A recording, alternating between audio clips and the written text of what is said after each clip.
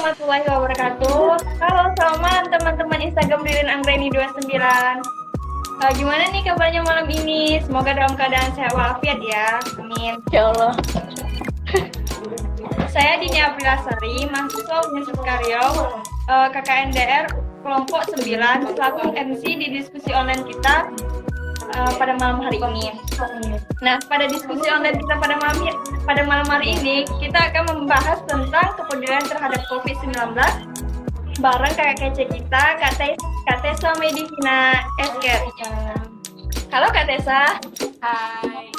Halo Kak Tessa. Oke, sebelum kita memulai diskusi kita, kita akan mengawalinya dengan bacaan basmalah. Bismillahirrahmanirrahim. Kemudian kita akan melanjutkan dengan bacaan tilawah Al-Quran yang akan dibacakan oleh Saudari Ririn Anggraeni, mahasiswa Universitas Karyo, kelompok 178, dan Ulfa Safira, mahasiswa KKN DR Universitas Karyo, kelompok 50. Kepada mereka waktu dan tempat dipersilahkan.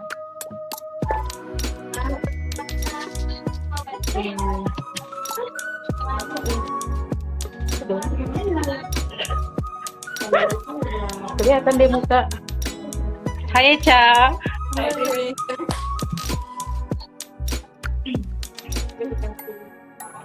أعوذ بالله من الشيطان الرجيم بسم الله الرحمن الرحيم ما عندكم ينفد وما عند الله باق ولنجزين الذين صبروا أجرهم بأحسن ما كانوا يعملون من عمل صالحا من ذكر أو أنثى وهو مؤمن فلنحيينه حياة طيبة ولنجزينهم أجرهم بأحسن ما كانوا يعملون فإذا قرأت القرآن فاستعذ بالله من الشيطان الرجيم صدق الله العظيم. Aku berlindung kepada Allah dari godaan syaitan yang terkutuk dengan menyebut nama Allah yang Maha Pengasih lagi Maha Penyayang. Apa yang di sisimu akan lenyap, dan apa yang ada di sisi Allah adalah kekal. Dan sesungguhnya kami akan memberi balasan kepada orang-orang yang sabar dengan pahala yang lebih baik dari apa yang telah mereka kerjakan. Barang siapa yang mengerjakan amal saleh, baik laki-laki maupun perempuan dalam keadaan beriman, maka sesungguhnya akan kami berikan kepadanya kehidupan yang baik, dan sesungguhnya akan kami beri balasan kepada mereka dengan pahala yang lebih baik dari apa yang telah mereka kerjakan. Apabila kamu membaca Al-Quran, hendaklah kamu meminta perlindungan kepada Allah dari syaitan yang terkutuk.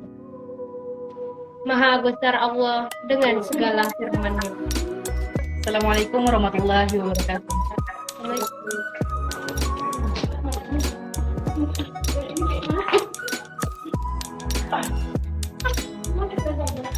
Oke, baik teman-teman semua, untuk tidak memperpanjang waktu, yuk langsung saja dengerin materi yang akan disampaikan oleh Kak Tessa Medicina. Tentunya ditemani dengan moderator terbaik sejagat raya, yaitu Yang Mulyandari Sundarsi, mahasiswa KKN DR kelompok 37. Kepadanya waktu dan tempat dipersilakan.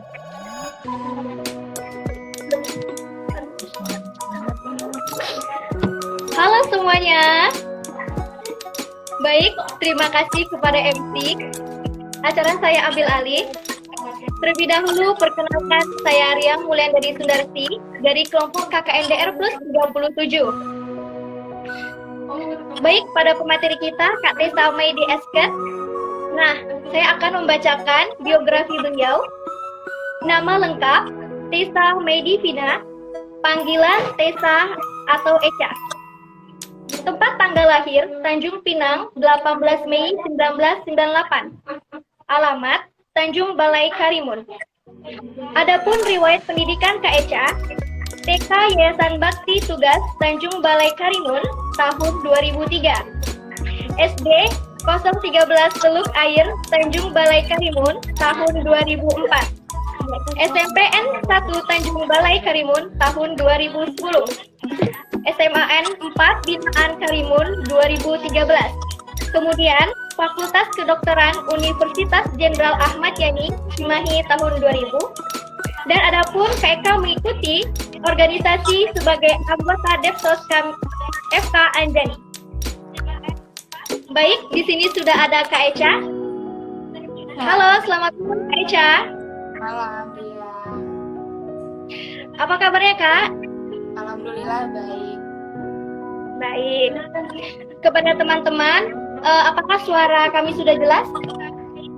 Kak Echa, suaranya sudah jelas sampai situ Kak? Sudah jelas. Baik, urutan acara kita pada malam ini ada 2 sesi, yaitu sesi penjelasan oleh materi kita, kemudian sesi tanya jawab. Di sesi tanya jawab ini saya akan memilih beberapa pertanyaan dari teman-teman di kolom komentar. Baik, kepada teman-teman yang sudah bergabung, tolong jangan menghilang dan pergi begitu saja ya, karena kalau pergi itu sakit rasanya ya. Wah. Oke, tetap dari awal sampai habis ya, karena kalau kalian nonton pasti akan mendapatkan sertifikat. Kirim bukti screenshotnya ya. Oke, langsung saja sesi penjelasan oleh Kak Echa. Kepada Kak Echa, dipersilakan. Baik, terima kasih. Sebelumnya izin memperkenalkan diri lagi. Saya Tessa Medivina, sarjana kedokteran, baru menyelesaikan sarjana kedokterannya itu bulan Maret. Baru tahun ini 2020, jadi baru sekali. Kemudian saat ini sedang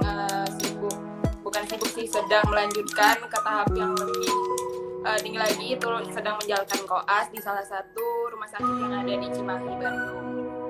Jadi langsung aja, yang pertama itu di sini adalah kepedulian terhadap COVID-19. Jadi sebelumnya saya rasa di sini teman-teman juga udah pada tahu kan apa itu COVID, kemudian gejalanya apa aja, penularannya, serta bahaya dari COVID itu apa aja gitu kan. Tapi di sini malam ini kita mengulang kembali, mengingat kembali, dan juga biar lebih mengetahui apa sih itu COVID, kemudian gejalanya apa saja. Nah, jadi yang pertama, COVID itu adalah penyakit yang menular yang disebabkan oleh coronavirus. Coronavirus itu adalah virus yang menyebabkan penyakit yang bisa mengenai hewan dan juga manusia. Seperti yang kita tahu pada saat ini, transmisinya itu sudah ke manusia, dari manusia ke manusia lainnya, seperti itu. Nah, yang pertama kali wabah COVID ini ditemukan di Wuhan, Tiongkok pada bulan Desember tahun 2019 yang lalu. Kemudian menjadi pandemi di seluruh dunia, bukan hanya Indonesia ya, tapi udah seluruh dunia. Kemudian gejalanya itu meliputi gejala yang ringan dan gejala lanjutan. Untuk gejala yang ringan yang sering ditemui pada orang yang mengeluh adanya pertama sesak napas, kemudian diikuti dengan batuk kering, kemudian pilek. Kemudian untuk gejala lanjutannya di sini sering dijumpai, yang pertama itu ada sakit tenggorokan, kemudian hidung tersumbat, rasa cepat lelah, dan juga mata orang yang terinfeksi itu merah.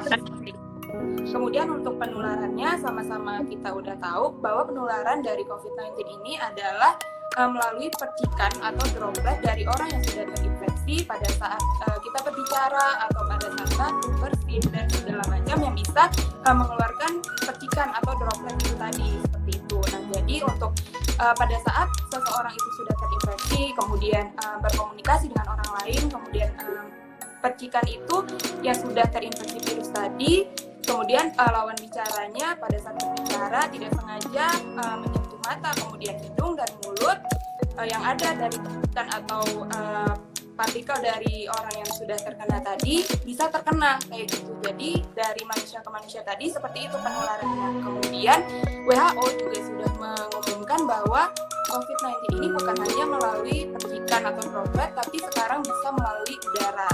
Nah, untuk udaranya itu di ruangan tertutup dengan ventilasi yang buruk seperti itu. Jadi penularannya sekarang bukan hanya melalui percikan atau droplet saja, tetapi bisa melalui udara. Nah, itulah pentingnya kenapa kita sekarang harus rajin mencuci tangan dan juga menggunakan masker. Nah, apalagi dengan ada penularan melalui udara, jarak bicara kita diusahakan 1-2 meter untuk saat ini, seperti itu. Nah, jadi untuk bahaya dari COVID ini sendiri, yang pertama itu COVID ini adalah penyakit yang infeksius, di mana untuk penularannya dari manusia ke manusia lainnya itu cukup cepat, seperti itu. Kemudian juga banyak orang yang tanpa gejala atau tidak menunjukkan gejala apapun, inilah yang berbahaya. Kenapa? Karena pada saat orang itu tidak menunjukkan gejala, kemudian pulang ke rumah, bertemu dengan keluarga, bertemu dengan anak, kemudian orang tuanya, dengan pada anak kecil dengan imunnya masih belum sebaik kita, kemudian orang tua yang imunnya sudah mulai menurun, penyebarannya akan lebih cepat seperti itu. Dan juga untuk COVID ini belum ditemukan obatnya secara efektif gitu, belum 100% ini adalah obat untuk COVID-19 seperti itu. Jadi untuk obatnya ini hanya untuk meringankan gejala. Nah, jadi untuk sama-sama kita tahu bahwa itu tadi COVID itu apa, kemudian gejalanya, penularannya, serta bahayanya. Mungkin untuk pembukaan dari COVID-nya materinya segitu aja. Baik, terima kasih penjelasannya kepada Kak Echa. Kepada teman-teman yang ingin bertanya, dipersilahkan.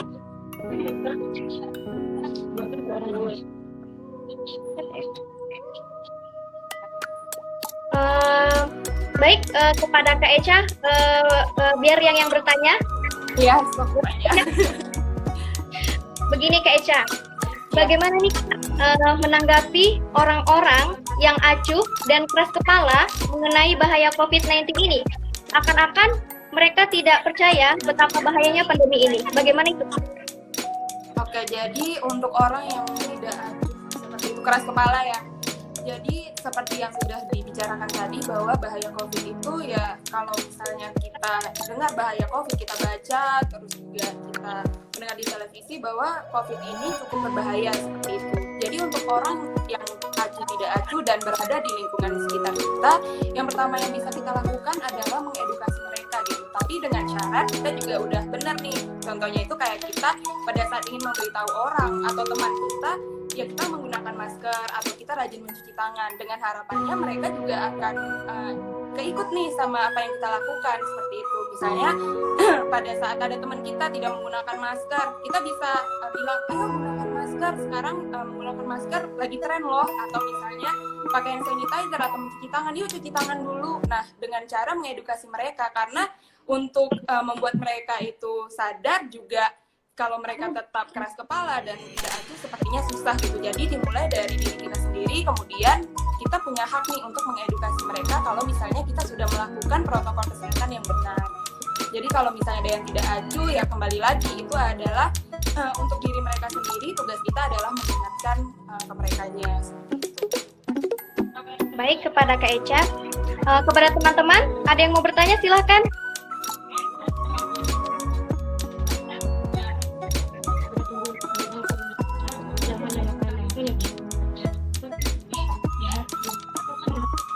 Kalau di sana masih pakai masker nggak, Riang? Masih Kak, Masih ya. mengikuti aturan protokol kesehatan Kak. Kalau Pekanbaru sekarang zona apa? Zona kuning Kak. Kalau di Sekarimun bagaimana Kak? Sekarang kasusnya itu masih 0, cuman nggak tahu ya kalau kedepannya gimana. Kalau Pekanbaru sekarang zona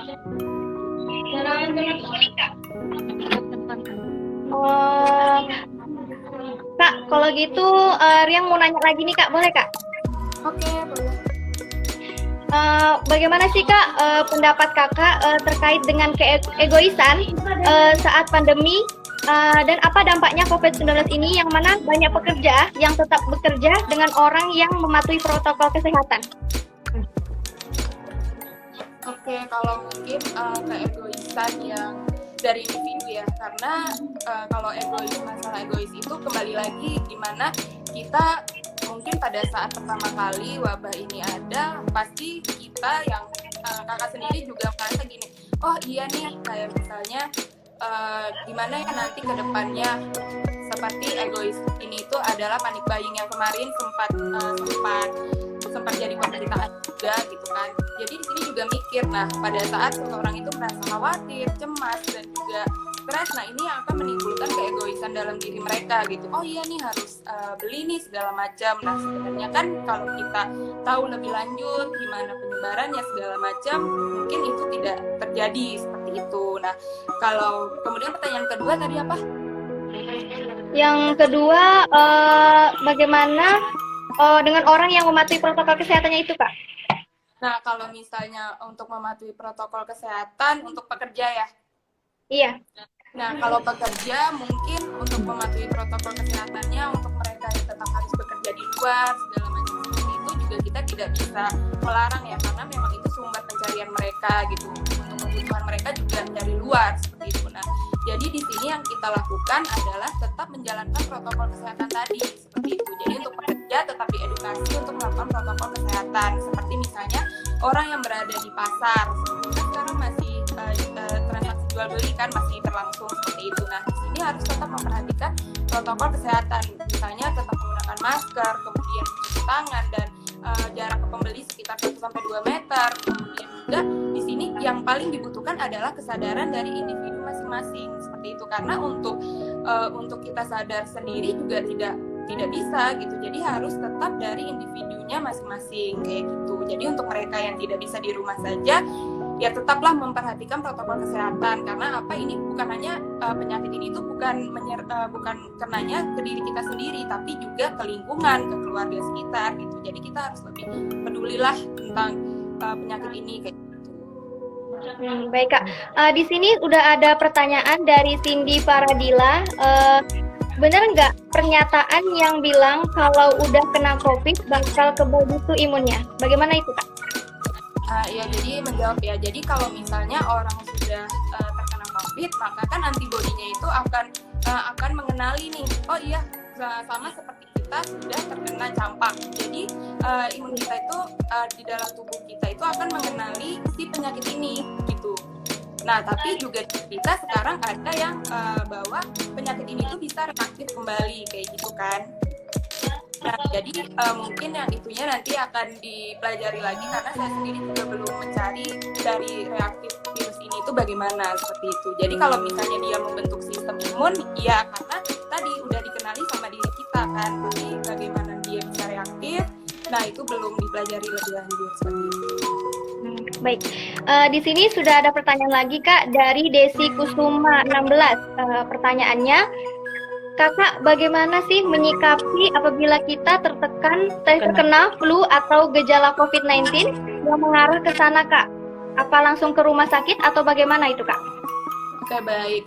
Jadi di sini kan kalau misalnya kita kena flu nih, kan tidak semuanya itu langsung flu itu berarti kita sudah menunjukkan gejala dari COVID. Tapi kan ada gejala lainnya nih. Tapi kalau misalnya gejalanya ke arah sana, yang kita perlu lakukan adalah yang pertama kita harus isolasi mandiri.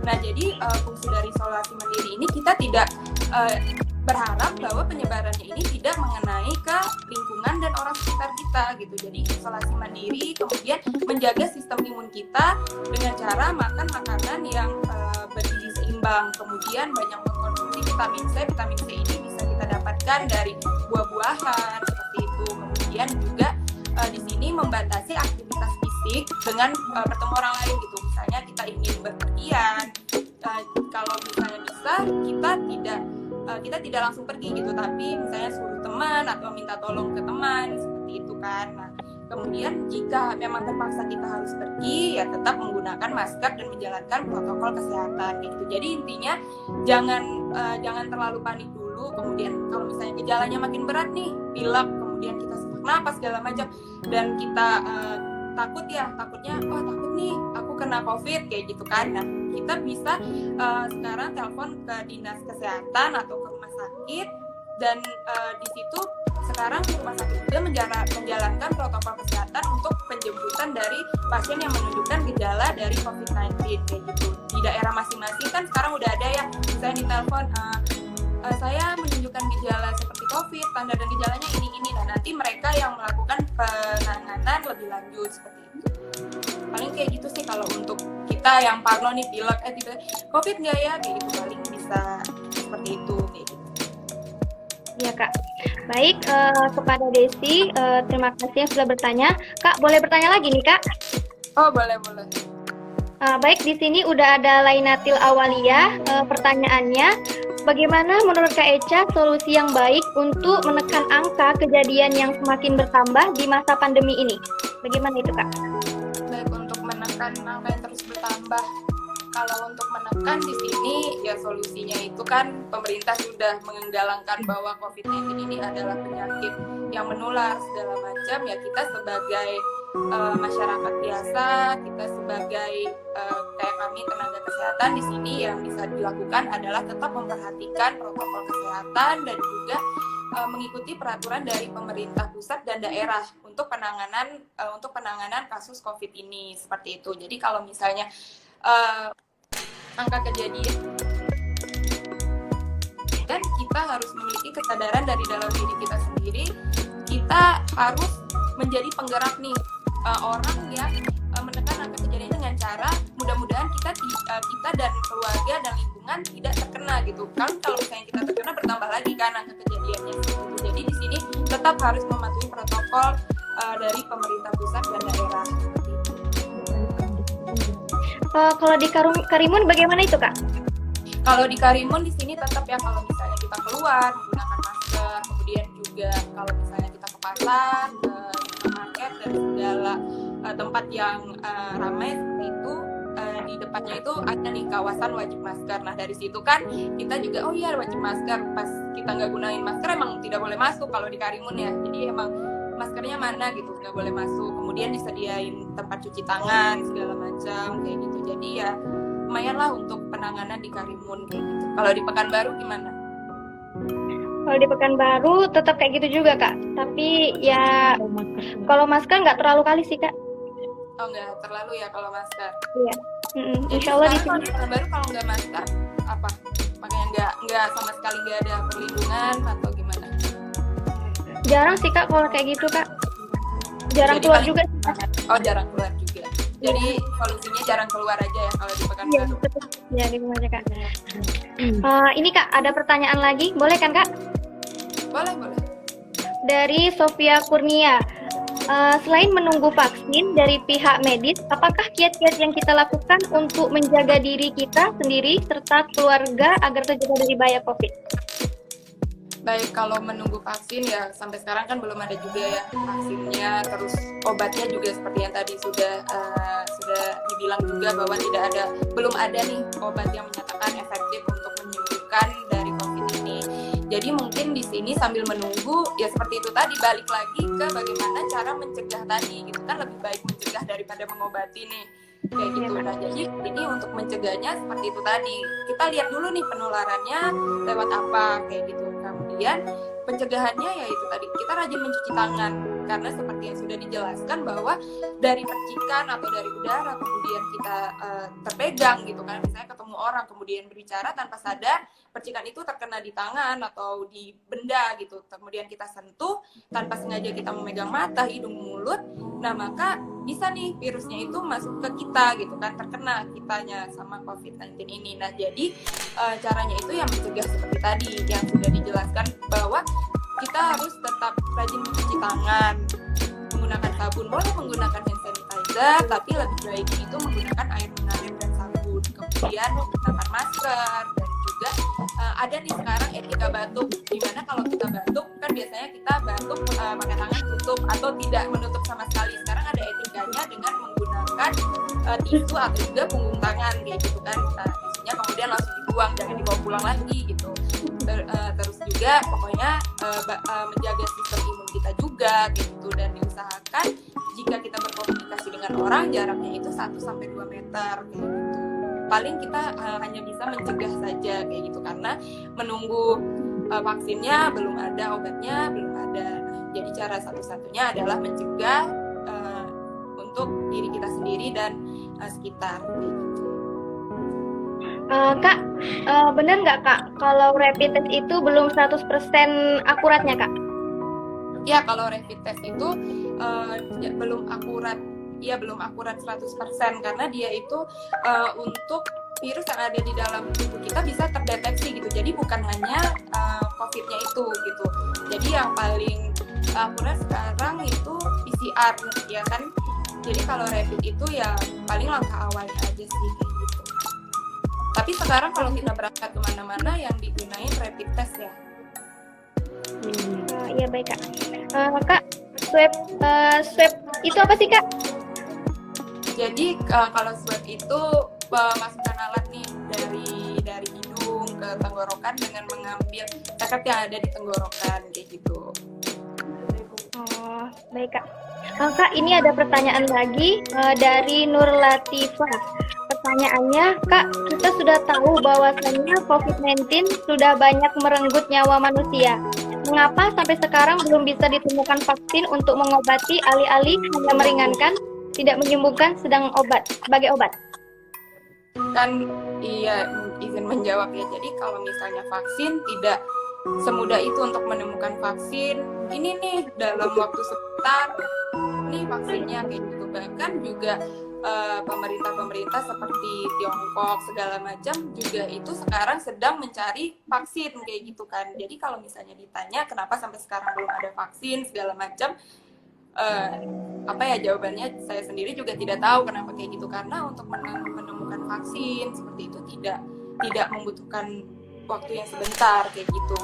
Banyak yang harus dilalui gitu untuk menemukan vaksin yang benar-benar menyatakan bahwa ini adalah vaksin untuk coronavirus itu kayak gitu.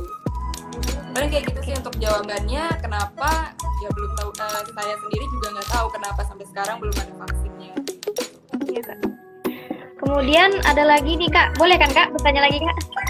Boleh, baterainya belum mau. Oke Kak, ini dari Yulker. Pertanyaannya, bagaimana tanggapan Kak Echa terhadap new normal ini, sedangkan angka kejadian semakin meningkat? Terima kasih. Gimana itu? Baik, kalau untuk new normal ini sebenarnya new normal, jadi sesuatu yang baru ya begitu.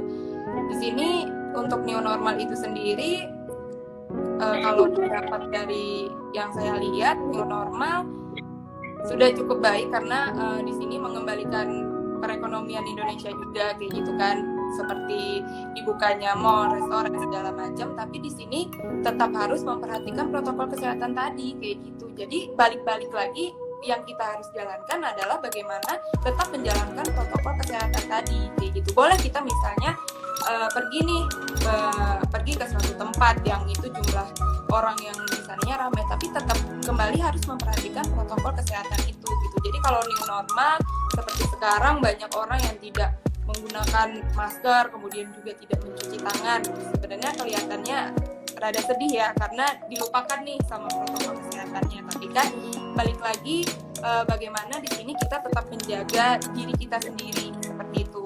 Dengan menjaga diri kita sendiri, upayanya yang lain juga bisa sadar bahwa pentingnya menjaga kesehatan dari diri sendiri. Paling gitu sih tanggapan untuk new normal ini ya.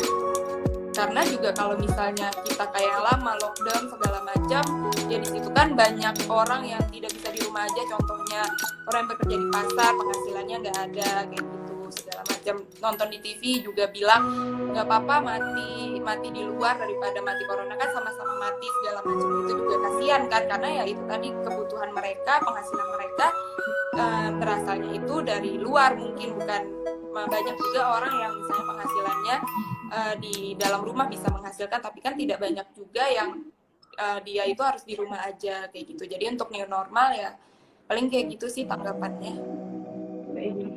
Baik Kak. Terus Kak, masker kain itu Kak apa sama manfaatnya dengan masker kesehatan Kak? Nah kalau masker kain itu kan sekarang banyak ya jual masker kain. Kalau masker kain itu sebenarnya baik sih digunakan, kayak misalnya kemarin dijelaskan juga bahwa sebenarnya untuk melindungi masker kain cukup bagus, tetapi dia itu partikel di kainnya itu apakah semuanya itu menjamin bahwa tidak menembus dari partikel percikan atau droplet kita gitu. Sementara kalau dari kain kesehatan itu pelindungnya itu atau sisi depan kainnya itu lebih halus gitu, sehingga partikelnya itu mungkin yang kecil juga tidak mudah masuk ke dalam masker kesehatan atau masker medis kayak gitu. Berarti sama aja ya Kak ya? Kalau sama aja sebenarnya beda, karena nih kalau misalnya masker kain kan kita nggak tahu nih dia terbuat dari kain apa, kemudian dilihat dari bentuk kainnya segala macam. Jadi kalau Mas dibilang sama ya jelas berbeda, dari fungsinya sendiri juga berbeda kayak gitu. Karena kalau masker kesehatan itu biasanya pelindungnya itu ada, kalau kita lihat beli ada 2 lapis, ada 3 lapis. Nah itu tadi untuk lapisan dari setiap maskernya kayak gitu. Kemudian Kak, kalau misalnya nih Kak, orang yang baru sampai dari suatu kota gitu Kak, apakah harus dikarantina sendiri selama 14 hari atau bagaimana itu Kak? Ya di sini kalau misalnya karantina 14 hari, nah itu tadi ya untuk isolasi diri sendiri itu sebenarnya sangat perlu gitu. Misalnya dia pulang dari daerah yang memang kasusnya itu banyak, kan tidak tahu nih pada saat kita pulang naik kendaraan ini itu tidak tahu nih, oh iya kita aman nih tanpa membawa, tanpa terkena apapun seperti itu. Kalau kita yakin kita tidak itu ya tidak apa-apa, tapi kan di sini kita tidak tahu kan, saya sudah yakin nih tapi ternyata tanpa kita sadari kayak gitu kita terkena percikan atau lupa mencuci tangan atau segala macam, sebaiknya tetap dilakukan isolasi mandiri selama 14 hari kayak gitu kan. Tapi sekarang di beberapa daerah pemerintahnya sudah menyelenggarakan nih, misalnya dia pulang dari daerah mana membawa surat kesehatan segala macam, kemudian ada yang indikasinya pulang, ada yang langsung dikarantina kayak gitu kan. Nah jadi itu juga sebenarnya langkah yang cukup bagus sih dari pemerintah kayak gitu. Baik Kak, kemudian ada pertanyaan lagi nih Kak dari Nurmeira. Mana tadi? Menurut Kakak, jika tidak ada lagi kasus di daerah kita, apa masih perlu menggunakan masker? Kalau menurut saya pribadi ya tetap harus menggunakan masker ya, karena itu tadi untuk pencegahan diri kita sendiri kayak gitu. Karena kita tidak tahu nih apakah orang yang berbicara atau teman kita atau misalnya kita ada di suatu keramaian itu apakah mereka betul-betul tidak terkena atau bagaimana kan. Soalnya banyak sekarang itu adalah orang tanpa gejala juga, misalnya orang tanpa gejala yang menunjukkan dia pilek segala macam gejala dari COVID ini, ya udah bebas gitu keluar kemana-mana kayak gitu kan. Nah jadi di sini sebenarnya penggunaan masker itu adalah antisipasi dari diri kita sendiri dan kesadaran dari diri kita sendiri gitu. Jadi kalau misalnya 0 kasus di daerah itu ya tetap harus menggunakan masker sih kayak gitu. Baik Kak, ini Kak ada lagi Kak. Kan kita nih Kak sekarang kemana-mana harus menggunakan sabun atau hand sanitizer nih kan Kak. Apakah itu tidak masalah Kak bagi kesehatan kita? Soalnya kan di mana-mana selalu harus cuci tangan gitu. Ya, nah jadi kalau misalnya menggunakan hand sanitizer yang berlebihan, sekarang kan banyak ya teman-teman juga laporan kayak gitu, kayak misalnya tangannya lebih kering, tangannya lebih iritasi segala macam. Nah mungkin dari efek samping dari hand sanitizer itu ada gitu, misalnya membuat tangan kita kering, iritasi segala macam. Tapi pada saat kita rajin mencuci tangan dan yang terpenting tidak memegang bagian seperti mata, hidung, mulut, ya berarti kan kita tidak selalu menggunakan seperti itu kan. Tapi kalau emang diwajibkan harus menggunakan hand sanitizer atau sabun untuk kesehatan kulit, ya paling tadi seperti iritasi segala macam, atau mungkin kalau dia ada alergi nanti mungkin akan merah-merah segala macam. Tapi kalau untuk masalah kesehatan lainnya sepertinya belum ada lah selain mengiritasi kulit dan juga merah segala macam kayak gitu. Baik. Ada pertanyaan lagi tidak? Tidak ada ya. Kepada teman-teman, ini kan masih waktunya masih panjang nih. Ada yang mau bertanya lagi tidak? Gratis teman-teman. Diobrol.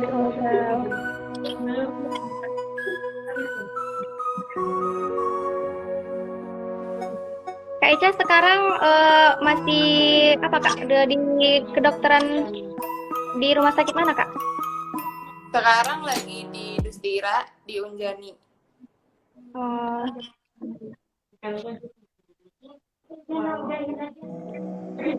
apa kita cukupkan aja? Tunggu aja 5 menit. 5 menit lagi ya. Baik, kepada teman-teman, ayo dipersilakan bertanya. Eca. Ririn. Itu ya, waktunya 5 menit lagi.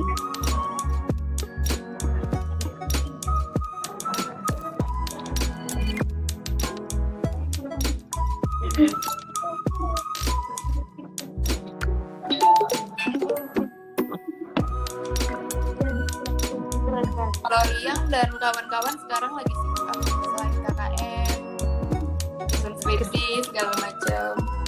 Iya sih Kak, kami masih fokus sama KKN, skripsi, itu aja sih Kak. Jadi tamatnya insya Allah tahun depan apa tahun ini? Tahun ini dong Kak. Insya Allah doanya Kak ya. Amin. Mudah-mudahan segera ya. Ya, amin Kak. Kak, cerita sedikit Kak tentang kuliah Kakak pas Kakak belajar dalam kedokteran itu Kak. Gimana nih Kak? Belajar kedokteran.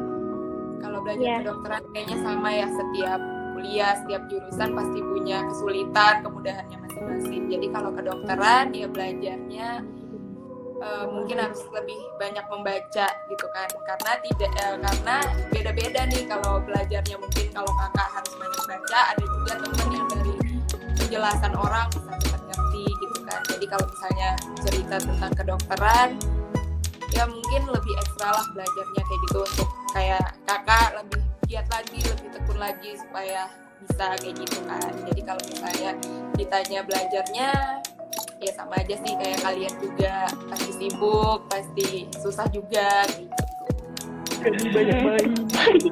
Terus Kak, kenapa Kakak nih mau milih kedokteran Kak?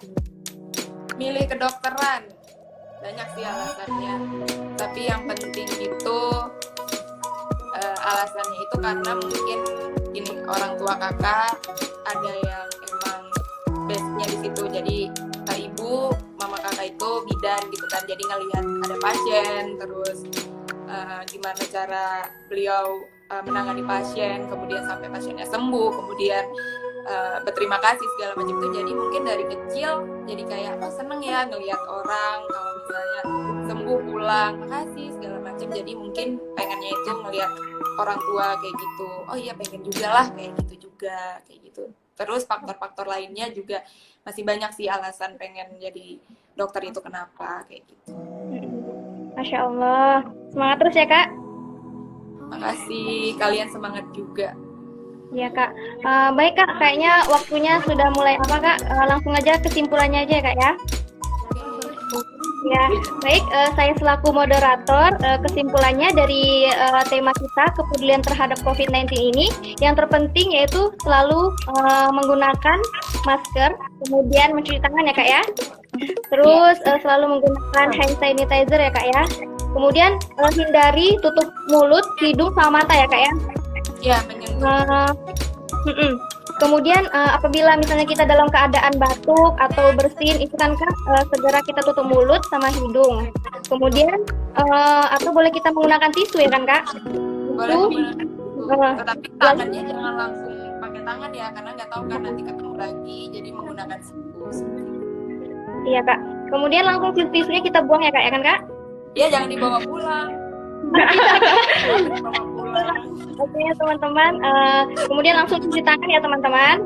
Baik, Foto bersama. oh ya Kak, jangan kemana-mana dulu ya Kak, kita foto bersama untuk bukti dokumentasi KKN ya Kak ya. Baik, saya selaku moderator karena malam pun sudah semakin larut. Terima kasih kepada Kak Eca ya Kak, udah meluangkan waktunya untuk kami. Kemudian kepada teman-teman, terima kasih yang udah bergabung. Dan jangan lupa ya kawan-kawan, setelah ini di screenshot, udah kemudian like ya setelah itu. Ca, jangan keluar Ca, kita foto dulu. Iya, jangan keluar belum foto kan nunggu foto. Oh iya, benar. Bagian pentingnya kan foto. Oke, Kak, kita foto dulu ya Kak ya. Iya. Bentar Ih, gendut. Kartu majalah. Insecure. Nggak boleh insecure, Rin. Banyak Kami bersyukur. Itu kan, Rin. Ciwi-ciwi. ciwi-ciwi nih Kak, Pinky Girl. Kayak gimana ini? Atau manja tadi pegang pegang. Ini. Coba yang jauh lagi. Coba yang jauh lagi.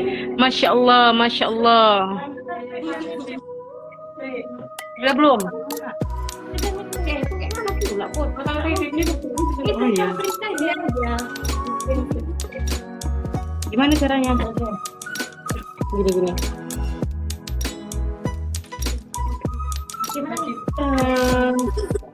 Siapa itu? Di atas kan? Nah, kalian yang ini. Kalian di depan. Reren udah langsing nih.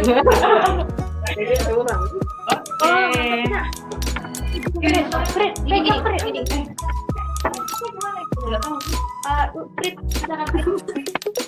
Tidak terlihat. Ke bawah. Maaf ya Kak, agak repot. Maaf ya teman-teman. Iya. Bisa nggak cara ada yang mau senyum nih, wes? Sumpah lah. Gimana, weh? Udah tuh lagi. Ayo. Udah lanjut. Gini dong gayanya. Oh. Yang.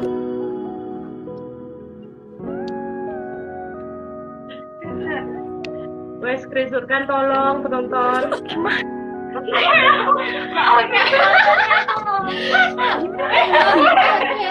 Tolong Kak. Screenshotin. Penonton tolong screenshot nanti kirim ke DM. Bentar ya Kak, maaf ya Kak. Maaf ya teman-teman. Gipar bantuin ya, screenshot kan. Gimana caranya ya? Yang apa tadi screenshotin tolong. Gini sih, begini.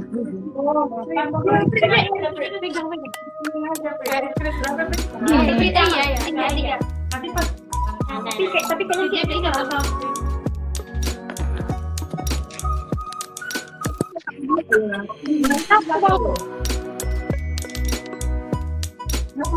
mau. Apa dosa kita ya? Gigi udah kering. Oke. Sudah. Lagi lah. Belum lagi. Masya Allah. Belum lagi. Kita keluar-keluarin apa lagi? Lagi lah, banyak-banyak ya.